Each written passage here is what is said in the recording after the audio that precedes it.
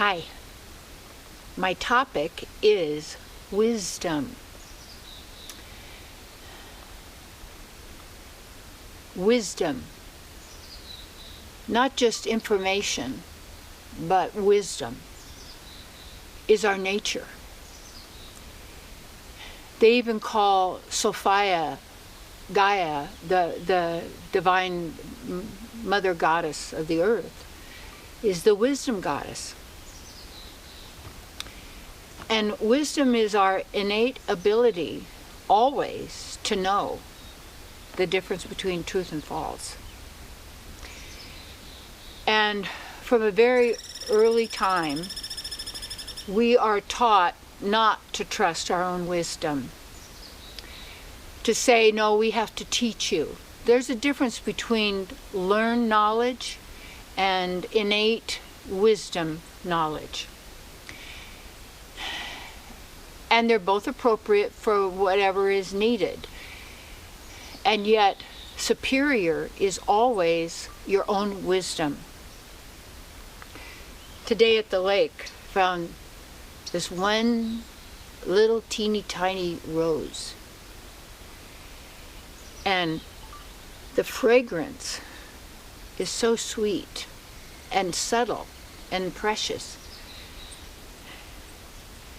And there is a wisdom, you see, in the rose, because it's who it is. You know, I think in the Bible somewhere it's said to have the wisdom of a grain of mustard, why it's so powerful.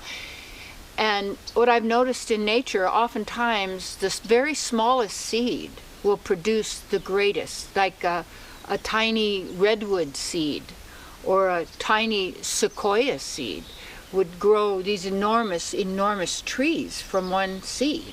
And in that one seed has all of the programming necessary to produce all of the pine cones and seeds of billions, perhaps, that come from that one little seed.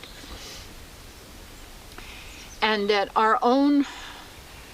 we're all seeking for that personal fulfillment, satisfaction, the completeness of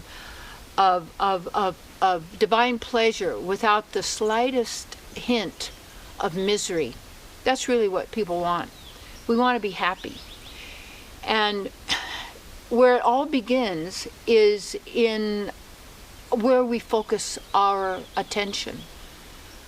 Are we living from our heart center outwardly, or are we allowing the outer to continually influence how we feel and what we know, what we believe, what we think, what we do? And, you know, from an early age, we're also taught to line up. You're part of a group. That's nice because we want to learn to get together. But we're not a mob. We're not a hive of insects, ants, or any kind. We're all, each of us, is whole, complete, and perfect. Nothing missing. Whatever anyone else has, you do have. Yet it's what you do with what you've got. And we're taught so much to go outside, to run after that, to get that, buy that new thing, to get that bigger house, to get the bigger car, to get the bigger this, to keep the facade going, to keep it happening out there. That we are driven. It's like even the word mortgage. Mort means death, a death gauge, a mort gauge, death. And we give our lives to a cause or to a building or to a thing. And how can you have the satisfaction and fulfillment you desire from something that doesn't have it? You have it. And it's that inner wisdom, the inner guide. And to know the difference between what is learned knowledge, information that I've been taught, or that which comes through me naturally.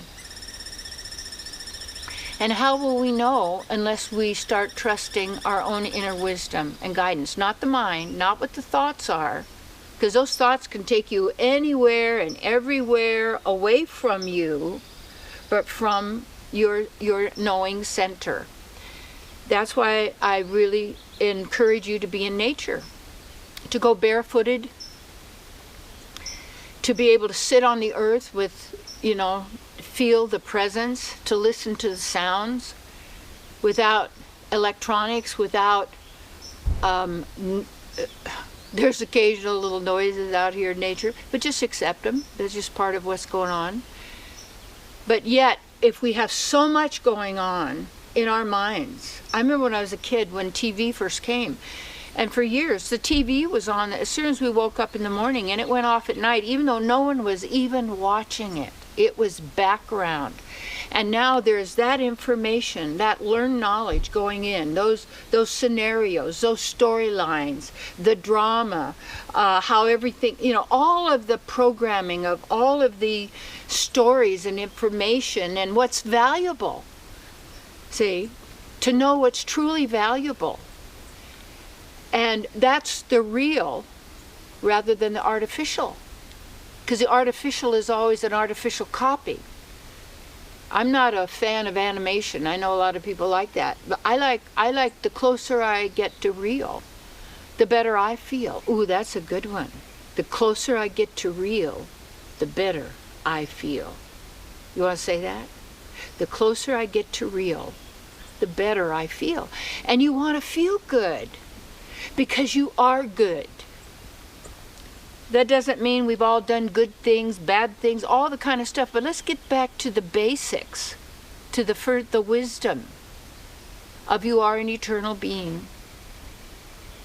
And there is no one or nothing on the outside of you that is ever going to give you the pleasure and the happiness, the love that you are seeking. Because it's who you are already. And you only experience that by being conscious, aware, and of yourself, where you are, what's going on, where is your heart, where are you centered, and to be that under any and all circumstances, so that we're not like chameleon lizards changing every moment to suit the situation, in a sense, because then we're always confused. I remember years ago when a young married suburban housewife, when we would have parties, but we couldn't invite all of our friends to the same party because we didn't think they'd all get along. But really, who cared whether they got along or not? But it was going to reveal your other parts of your life that you didn't want certain people to know about, that who you are and what you're about. So we would have to just segment all of our friends and who we're going to get together with and all that. I said just throw them all together in one pot and kind of be interesting to see what happens. But it's like, if we want to have be enthused and to be who we are, then you have to be your first priority. Your wisdom. And what do you really know? What can you trust? You got all these people out there selling stuff all the time. Buy this, buy this. The word bishop is interesting. It's called buy and shop. How'd that happen?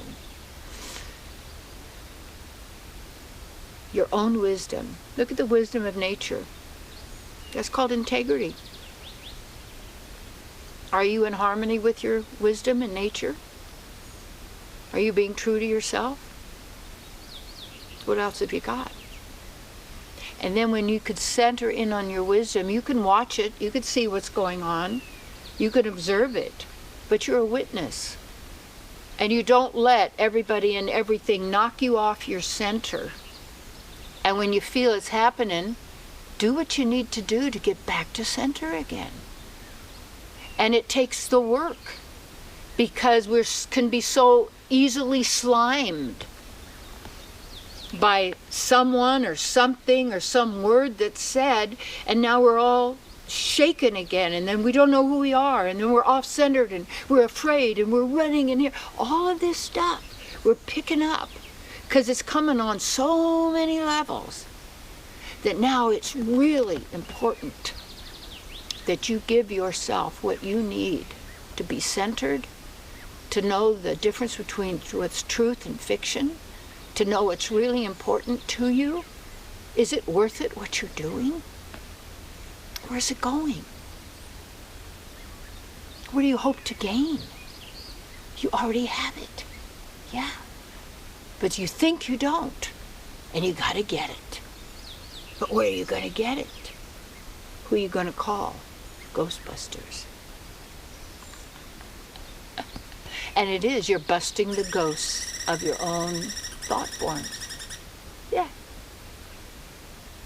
You're the one who breaks the spell. Yeah. By being conscious, centered, observant, non-reactive.